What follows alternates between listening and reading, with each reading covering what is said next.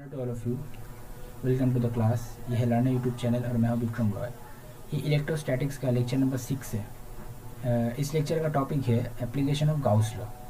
जो lecture number 5 है वहाँ हम पढ़े हैं कि गाउस लॉ क्या है, गाउस लॉ का इक्वेशन क्या है, एरिया वेक्टर क्या है, फ्लक्स क्या है, ये सब। वहाँ से एक इक्वेशन आया था, flux phi is equals to close path integration of E D S cos theta is equals to q enclosed by epsilon naught। ये है टोटल गाउस लॉ। आज इस क्लास में ये इक्वेशन के हेल्प से, इस इक्वेशन के हेल्प से हम डिफरेंट डिस्ट्रीब्यूशन ऑफ चार्ज के लिए इलेक्ट्रिक फील्ड निकालेंगे। ओके, तो स्टार्ट करते हैं। Application of Gauss law. Actually Gauss law के हेल्प से हम any kind of distribution of charge के लिए इलेक्ट्रिक फील्ड निकाल सकते हैं। हमको क्या करना पड़ेगा, यहाँ जस्ट जिस रीजन में हम इलेक्ट्रिक फील्ड निकालना चाहते हैं उस रीजन में एक close path area, closed area consider करना पड़ेगा। वहाँ एक क्लोज्ड एरिया को कंसीडर करना पड़ेगा और उस एरिया से कितना इलेक्ट्रिक फील्ड पास हो रहा है, ओके, कितना इलेक्ट्रिक फील्ड पास हो रहा है उसको ऑब्जर्व करना पड़ेगा। वही एक्चुअली है फ्लक्स। तो एक इलेक्ट्रिक फील्ड जिस पोजीशन में इलेक्ट्रिक फील्ड तुमको चाहिए उस पोजीशन में, उस रीजन में एक क्लोज एरिया कंसीडर करो और उसके बाद उस एरिया का थ्रू कितना इलेक्ट्रिक फील्ड निकल रहा है उसके लिए एक फ्लक्स को डिफाइन करो।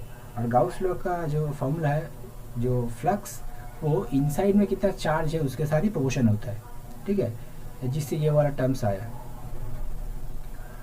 क्यू इनक्लोज बाय एप्सिलॉन वाला टर्म्स आया। ओके, ये सब जो लेक्चर नंबर 5 है बहुत ही डिटेल से डिस्क्राइब किया हुआ है। तो अगर इस जो गाउस लॉ है उसका फंडामेंटल में कुछ दिक्कत है तो लेक्चर नंबर 5 काइंडली देख कर आओ। ओके, तो आज का topic application of Gauss law है। उसमें जो हम करेंगे cover up electric field intensity for a conducting solid sphere. एक कॉन्डक्टिंग सॉलिड स्फीयर के लिए इलेक्ट्रिक फील्ड हम अब आज निकालेंगे। तो जो लेक्चर नंबर 1 था वहाँ पढ़े हैं कि कॉन्डक्टिंग कोई भी अगर मटेरियल हो उसके अंदर चार्ज नहीं रहता है। तो अगर ये कॉन्डक्टिंग स्फीयर के अंदर एक स्फीयर है, ओके, ये एक कॉन्डक्टिंग सॉलिड स्फीयर है। तो इस स्फीयर के अंदर अगर मैं plus Q amount of charge रख देता हूँ तो क्या होगा, ये चार्ज तुरंत ही चला जाएगा इसके सरफेस पे ये चार्ज इक्वली डिस्ट्रीब्यूट हो जाएगा, इक्वली ये चार्ज सरफेस पे हो जाएगा डिस्ट्रीब्यूटेड। मतलब क्या, इनसाइड में कोई चार्ज नहीं रहेगा। तो इससे एक पॉइंट हम लिख सकते हैं, फॉर कंडक्टिंग मटेरियल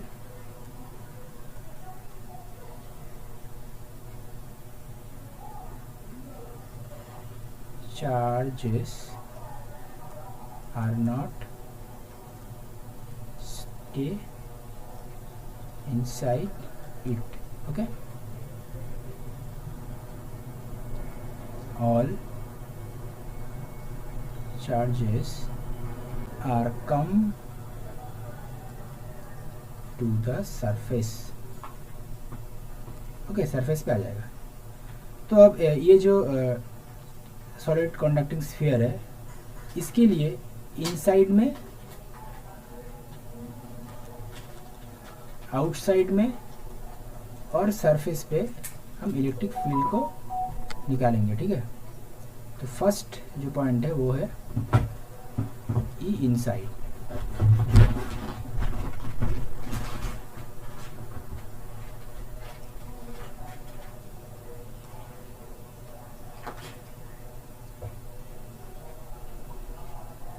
तो ये है कंडक्टिंग स्फीयर।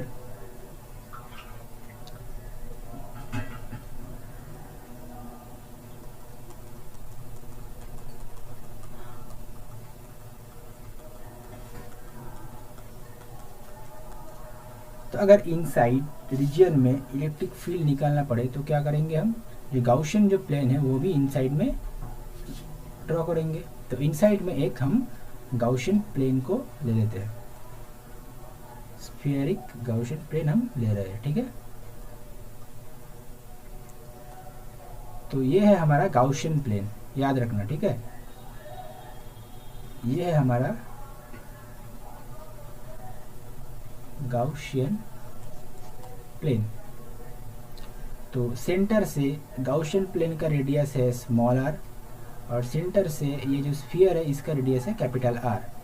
तो इनसाइड के लिए जो स्मॉल आर है वो is less than capital R हो रहा है, ओके।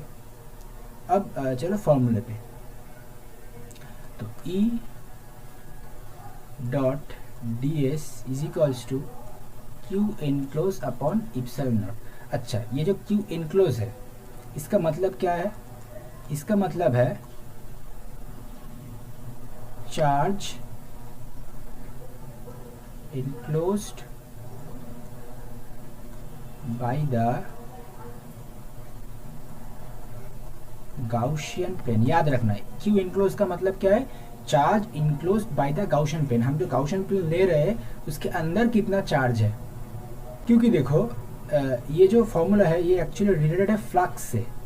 तो गाउसियन प्लेन के अंदर अगर चार्ज नहीं रहेगा तो फ्लक्स कैसे निकला? फ्लक्स का मतलब क्या है? वो जो एरिया उसके थ्रू कुछ इलेक्ट्रिक फील्ड निकल रहा है। तो अगर अंदर चार्ज ही नहीं रहेगा तो फ्लक्स कैसे निकलेगा वहां से, है ना। तो उसी तरह तो क्यू इनक्लोज मतलब charge enclosed by the Gaussian plane. तो ये जो प्रॉब्लम है इसके लिए देखो गाउसियन प्लेन के अंदर जो गाउसियन जो प्लेन हम लिए हैं डॉटेड वाला, ये ग्रीन वाला, इसके अंदर कोई चार्ज नहीं है। मतलब हम लिख सकते हैं Q enclose for this case equal to 0। तो उससे हम क्या करेंगे, ई डॉट डी एस चला आएगा 0। उससे हम लिख सकेंगे ई इज इक्वल टू 0, क्योंकि देखो डी एस जो है इसका क्लोज पर इंटीग्रेशन करोगे तो एक एरिया आएगा। तो ये ऑब्वियसली कुछ ना कुछ क्वांटिटी देगा, एरिया का कुछ ना कुछ वैल्यू होगा। मतलब क्या, यहाँ इलेक्ट्रिक फील्ड जो है ये 0 है। तो कंडक्टिंग सॉलिड स्फीयर के लिए अंदर कोई चार्ज भी नहीं है, अंदर कोई फील्ड भी नहीं है। तो याद रखना E inside 0 for a conducting solid sphere, ठीक है। तो अब चले आओ आउटसाइड के लिए।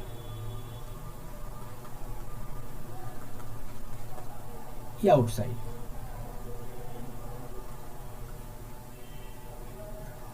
ये हमारा कंडक्टिंग स्फीयर है। ये चार्ज डिस्ट्रीब्यूटेड है और हम अब बाहर इलेक्ट्रिक फील्ड को डिटरमाइन करेंगे। तो उसके लिए जो गाउसियन प्लेन है वो भी लेना पड़ेगा, इसके बाहर वाला।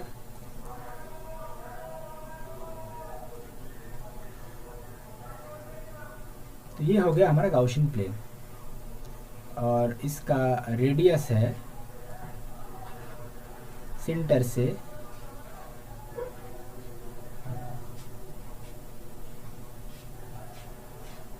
इसका रेडियस है स्मॉल आर और ये स्फीयर है इसका रेडियस है कैपिटल आर। तो आउटसाइड के लिए जो स्मॉल आर है वो is greater than to capital R. Always small R को जो गाउसियन प्लेन का रेडियस मान के चलो, उससे आसान नहीं, ठीक है। तो अब देखो ये जो गाउसियन प्लेन है इसके अंदर ये चार्ज है। मतलब क्या, मतलब ये जो गाउसियन प्लेन है इससे थ्रू इलेक्ट्रिक फील्ड पास करेगा, ओके, है ना। तो चलो इसको डिटरमाइन करते हैं। तो उससे पहले जो चार्ज है वो यहाँ कैसे है? जो चार्ज है सरफेस पे डिस्ट्रीब्यूटेड है। ये जो चार्जेस है, charges are distributed in surface. तो चार्ज को इंडिकेट करने के लिए हम क्या यूज करेंगे? सरफेस पे डिस्ट्रीब्यूटेड है, सो we use surface charge density जो है सिग्मा, तो चार्ज को इंडिकेट करने के लिए हम surface charge density sigma use करेंगे। अच्छा, सिग्मा का वैल्यू क्या होगा? सिग्मा इक्वल टू हम जानते हैं total charge by total area, है ना। तो यह टोटल चार्ज कितना है?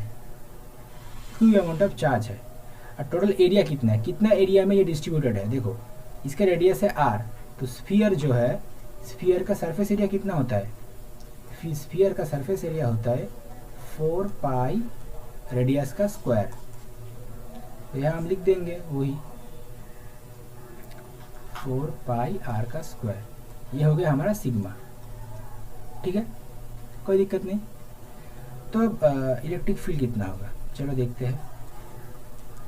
E dot D S is equals to Q enclose by epsilon naught. बार बार याद रखना कि ये जो डी एस है ये है गाउशियन प्लेन का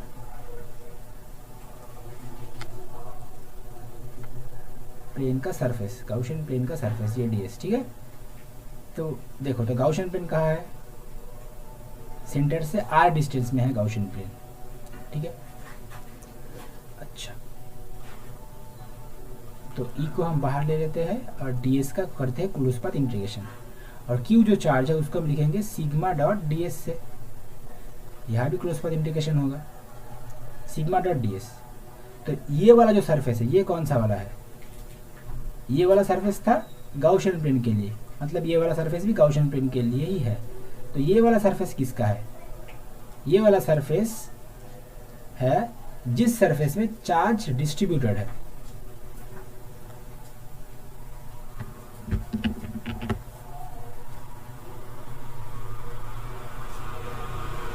On which surface charges are distributed, जिस सरफेस में चार्जेस डिस्ट्रीब्यूटेड है। ये जो बोल रहा हूँ ठीक तरीके से याद रखना। बहुत लोग क्या करते हैं, ये ds से ds कैंसिल कर देते हैं। हाँ, कुछ कुछ टर्म में होता है बट सभी केस में नहीं होता है। ये जो ds है ये गाउशियन प्लेन वाला ds है, और ये जो ds है ये ds है जिस सरफेस में चार्ज डिस्ट्रीब्यूट है उसके लिए ds, ठीक है। तो चलो E close path integration of ds, sigma constant है बाहर आ गया, ds अपॉन इप्सिलॉन नॉट। तो ये वाला ds के लिए एरिया क्या होगा? ये है गाउशियन प्लेन का ds, मतलब ये बाहर वाला सरफेस क्या आएगा? 4 पाई स्मॉल r का स्क्वायर, क्योंकि इसका रेडियस है स्मॉल r, तो आ जाएगा 4 पाई स्मॉल r का स्क्वायर। तो लिख देते हैं 4 पाई स्मॉल r का स्क्वायर, यहाँ सिग्मा। और ये वाला ds क्या है? जिस सरफेस पे चार्ज डिस्ट्रीब्यूटेड है, मतलब ये कंडक्टिंग स्फीयर का सरफेस जो है 4 पाई कैपिटल R का स्क्वायर।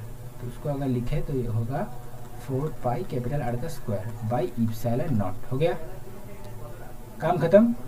तो यहाँ से 4 पाई कट जा रहा है, आंसर आ रहा है E is equals to sigma capital R square by epsilon naught small r square. यहाँ तक समझ आ गया? अच्छा, अगर हम जो सिग्मा का जो वैल्यू है यहाँ से पुट कर देते हैं Q by 4 pi capital R square, अगर पुट करते हैं तो क्या होगा? देखो, सिग्मा का वैल्यू है Q by 4 pi capital R का स्क्वायर। अगर ये यूज़ करें तो क्या होगा? Q by 4 pi capital R का square, R square epsilon naught small r का स्क्वायर। यहाँ से क्या होगा? यहाँ से ये R स्क्वायर भी कट जाएगा, आंसर आएगा Q by 4 pi epsilon not R का स्क्वायर। देखो ये आउटसाइड क्या आ रहा है? 1 by 4 pi epsilon not Q by R square. ये क्या है? कूलम्ब्स लॉ ऑफ इलेक्ट्रोस्टैटिक्स से आ रहा है ना, इलेक्ट्रिक फील्ड का इक्वेशन है ना ये जो रिजल्ट है इसका मतलब क्या है? इसका एक मतलब है, अगर किसी भी डिस्ट्रीब्यूशन ऑफ चार्ज को हम उसके बाहर से ऑब्जर्व करें तो वो पूरा डिस्ट्रीब्यूशन ऑफ चार्ज एक पॉइंट चार्ज के माफिक एक्ट करता है। तो ये इसका एक प्रूफ है। If we observe any distribution of charge from its outside,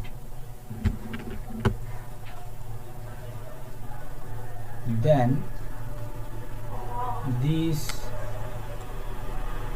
distribution looks like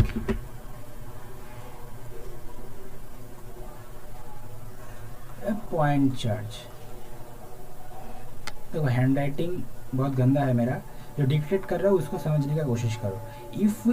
if we observe in a distribution of charge from its outside, then this distribution looks like a point charge. मतलब एक distribution of charge को अगर हम बाहर से observe करें तो वो distribution of charge point charge के माफिक एक्ट करता है.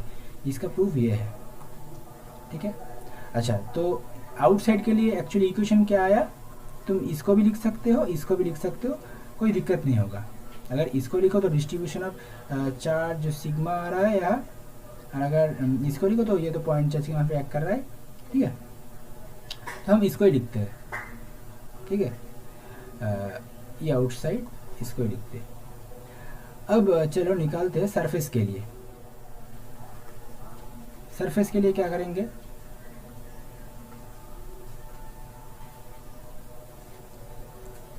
देखो बहुत ही आसान है. सरफेस के लिए ये वो जो गाउशियन प्लेन है, आउटसाइड वाला जो गाउशियन प्लेन है, उसको ही छोटा करके सरफेस पे एडजस्ट कर देंगे. मतलब क्या है, ये जो गाउशियन प्लेन था आउटसाइड वाला, इसका ही रेडियस को डिक्रीज करके, इसका ही जो रेडियस है इसको डिक्रीज करके, छोटा करके इस सरफेस पे एडजस्ट कर देंगे ऐसे. समझ रहे हो? तो चलो वहाँ करते हैं इसके लिए.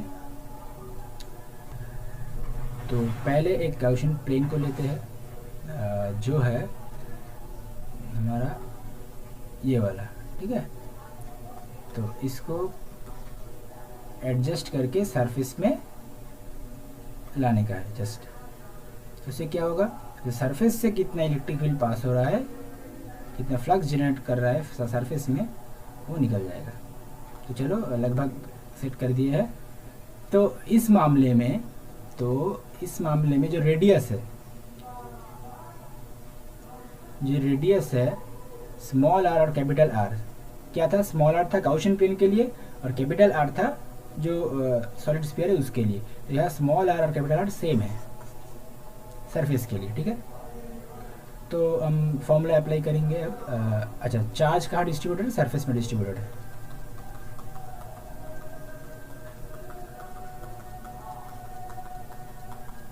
ठीक है, तो अब जो फॉर्मूला है E dot D S Q enclose upon epsilon not. तो E डी एस, इसको हम सिग्मा डी एस करके लिख सकते हैं. एकदम सेम है, जो आउटसाइड वाला था उस तरह ही, ऑपरेशन सेम ही है. डी एस का इंटीग्रेशन बाई इप्सिलॉन नॉट. अब देखो, अब यहाँ जो चार्ज जहाँ डिस्ट्रीब्यूटेड है वो वाला जो सरफेस और गाउशियन प्लेन वाला सरफेस सेम ही है ना. सरफेस तो एक ही है, जो गाउशियन प्लेन है वो एक्चुअली सरफेस पे ही है.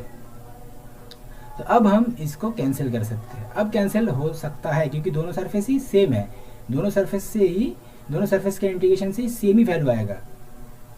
अब तुम कैंसिल कर सकते हो. ठीक है, समझ के करना. तो अब आंसर क्या आएगा, E equal to sigma upon epsilon naught. ये आ रहा है electric field for the surface. तो ये हमारा 3 रिजल्ट आ गया. तो गाउस का जो लॉ है, गाउस का लॉ का हेल्प से और गाउशियन प्लेन को यूज़ करके हम एक कॉन्डक्टिंग स्फीयर के लिए इनसाइड, आउटसाइड और सरफेस में इलेक्ट्रिक फील्ड निकालें. ठीक है, तो अब और थोड़ा सा इसको डिस्कस करते हैं कि देखो इनसाइड वाला. अच्छा, हमारा पॉइंट क्या था, हमारा पॉइंट था कॉन्डक्टिंग सॉलिड स्फीयर के लिए इलेक्ट्रिक फील्ड निकालना. ठीक है, तो इनसाइड में क्या आया 0. अच्छा, सरफेस में क्या आ रहा है, सरफेस पे आ रहा है सिग्मा अपॉन इप्सिलॉन नॉट. देख लो एक बार, सिग्मा अपॉन इप्सिलॉन नॉट आ रहा है, ठीक है। अच्छा, और जो आउटसाइड है वह आ रहा है, एक बार देख लेते हैं, वह आ रहा है sigma capital R square by epsilon naught small r square, sigma capital R square by epsilon naught small r का स्क्वायर, ठीक है। ये आ रहा है 3 वैल्यू, इनसाइड में 0, सरफेस में सिग्मा बाई इप्सिलॉन नॉट, और आउटसाइड में sigma R square by epsilon naught small r का स्क्वायर, ठीक है। अच्छा, एक बात अब देखो, ठीक है, ठीक तरीके से देखना, जो सिग्मा है वो क्या है, सरफेस चार्ज डेंसिटी है, तो ये कांस्टेंट है, चार्ज डिस्ट्रीब्यूटेड है, यूनिट सरफेस पे कितना चार्ज होगा तो कांस्टेंट होगा ना। इप्सिलॉन नॉट ये भी एक कांस्टेंट क्वांटिटी है, इसका मतलब क्या है, ये जो सरफेस है, सरफेस पे जो इलेक्ट्रिक फील्ड है ये एक कांस्टेंट वैल्यू है। मतलब क्या, मतलब ये जो सॉलिड कंडक्टिंग स्फीयर है, इसका सरफेस में यहाँ जो इलेक्ट्रिक फील्ड का जितना वैल्यू मिलेगा, यहाँ भी इलेक्ट्रिक फील्ड का उतना ही वैल्यू मिलेगा, यहाँ भी इलेक्ट्रिक फील्ड का उतना ही वैल्यू, मतलब सरफेस में ईच एंड एवरी पॉइंट में इलेक्ट्रिक फील्ड का वैल्यू होगा सेम, ठीक है, कोई दिक्कत नहीं, याद रहेगा। अब यहाँ देखो, आउटसाइड के लिए sigma constant, epsilon not constant. अच्छा, आर जो रेडियस है वो क्या है, वो जो तुम्हारा जो स्फेरिकल बॉडी है उसका रेडियस, तो वो तो कांस्टेंट है, स्फीयर तो कांस्टेंट है, तुम गाउशियन प्लेन को छोटा बड़ा कर सकते हो, स्फीयर तो कांस्टेंट है गिवन जो है, ठीक है ना।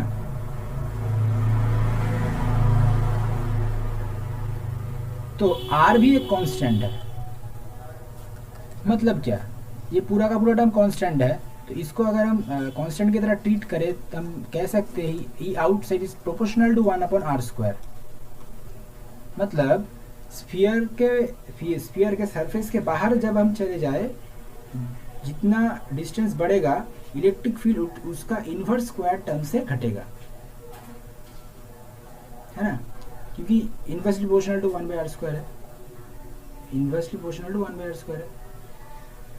तो इससे एक ग्राफ बहुत आता है, तुम्हारा नीट, जेई, कॉम्पिटिटिव एग्जाम और बोर्ड्स में भी अब आ रहा है एक ग्राफ क्या है, ग्राफ है इलेक्ट्रिक फील्ड वर्सेस डिस्टेंस का, बहुत ही पॉपुलर ग्राफ है, हर साल नीट का क्वेश्चन में और जेई मेंस का क्वेश्चन में ये कॉमन क्वेश्चन है।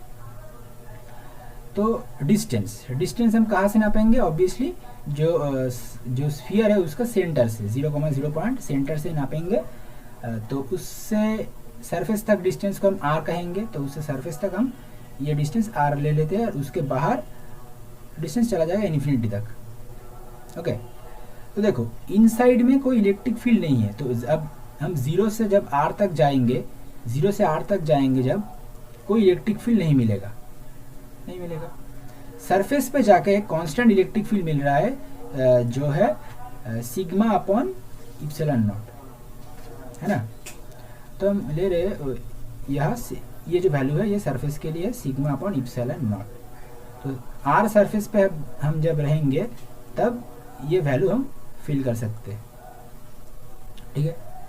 उसके बाद क्या हो रहा है, उसके बाद हो रहा है कि electric field 1 by R square से घट रहा है, 1 बाई आर स्क्वायर से घट रहा है। अच्छा, यहाँ एक ट्रिक याद रखना, जब किसी दो पैरामीटर्स के बीच हम ग्राफ ड्रॉ करेंगे, तो ग्राफ अगर देखो, अगर दो पैरामीटर्स ही लीनियर है, मतलब दोनों का पावर ही सेम है, तो ग्राफ लीनियर होगा, मतलब स्ट्रेट लाइन होगा। अगर दोनों का पावर सेम है तो ग्राफ लीनियर मतलब स्ट्रेट लाइन होगा, ठीक है।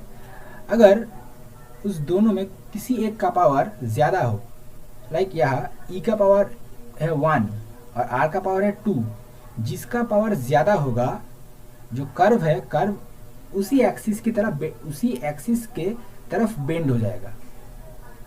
समझ में आया, उसी एक्सिस की तरफ बेंड हो जाएगा। अच्छा, यहाँ क्या है, electric field 1 by R square से प्रोपोर्शनल है, मतलब क्या, घटेगा, तो इस पॉइंट से अगर जितना दूर जाएंगे हम इलेक्ट्रिक फील्ड घटेगा। घटने का मतलब क्या है, एक स्ट्रेट लाइन, ठीक है।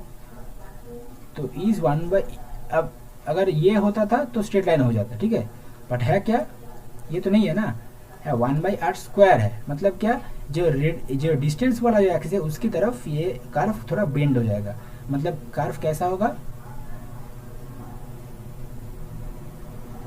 ऐसा, तो ऐसे बेंड हो जाएगा। समझ में आया? मतलब अगर दो पैरामीटर्स के बीच एक इक्वेशन है, ठीक तरीके से समझो ये पॉइंट, ये सिर्फ इस इक्वेशन के लिए नहीं है, हर एक इक्वेशन का ग्राफिकल एक्सप्लेनेशन के टाइम पे लगेगा। ये ट्रिक है। अगर कोई इक्वेशन है, इक्वेशन में दो पैरामीटर्स है, उस पैरामीटर्स के बीच तुमको ग्राफ प्लॉट करने को बोला है, तो अगर पूरा इक्वेशन लीनियर है, मतलब हर एक पैरामीटर्स का पावर सेम है, तो ग्राफ स्ट्रेट लाइन आएगा। तो इंक्रीजिंग होगा तो इंक्रीजिंग, डिक्रीजिंग होगा तो डिक्रीजिंग, ठीक है, वो तुम समझ सकते हो। बट अगर कोई एक पैरामीटर्स का पावर ज़्यादा है, पावर समझ रहे हो ना, पावर ज़्यादा है, स्क्वायर है, क्यूब है, टू द पावर 4 है, तो अगर ऐसा होगा तब जो ग्राफ होगा इंक्रीजिंग होगा तो इंक्रीजिंग, डिक्रीजिंग होगा तो डिक्रीजिंग, जो भी है, जिसका पावर ज़्यादा होगा कर्व उस एक्सिस की तरफ बेंड हो जाएगा, ठीक है। ये बात हम जब इलेक्ट्रिसिटी मैग्नेटिज्म पढ़ेंगे वहाँ भी होगा, हर एक पॉइंट पे हम इस बात को दोहराएंगे, याद रखना ये पॉइंट। तो यह ग्राफ क्या हो रहा है, इनसाइड के लिए 0, सरफेस के लिए कांस्टेंट टर्म आ रहा है, और ये हो रहा है ई आउटसाइड के लिए, जो इज प्रोपोर्शनल टू 1/r²। ठीक है, समझ में आया? ये है ग्राफ, किसके लिए, for a electric field versus distance का graph for solid conducting sphere. Okay, तो ये था हमारा डेरिवेशन, पूरा का पूरा डेरिवेशन, और ये है उससे एक कंक्लूजन, एक ग्राफ। ये ग्राफ बहुत ही पॉपुलर है, ये एग्जाम में हर साल आ रहा है अब। तो ये ग्राफ दिया है, ये ग्राफ किसके लिए है, सॉलिड कंडक्टिंग के लिए, सॉलिड नॉन कंडक्टिंग के लिए, वगैरह वगैरह, ठीक है। तो ये था पूरा इलेक्ट्रोस्टैटिक्स में गाउस लॉ के हेल्प से डिस्ट्रीब्यूशन ऑफ चार्ज के लिए सॉलिड कंडक्टिंग स्फीयर का इलेक्ट्रिक फील्ड निकालने का तरीका, इनसाइड, आउटसाइड और सरफेस के लिए, ठीक है। अगर वीडियो अच्छा लगे तो लाइक करना, दोस्तों के साथ शेयर करना वीडियो। तो नेक्स्ट जो क्लास होगा उसमें हम गाउस लॉ के और एक एप्लीकेशन करेंगे गाउस लॉ के, ठीक है।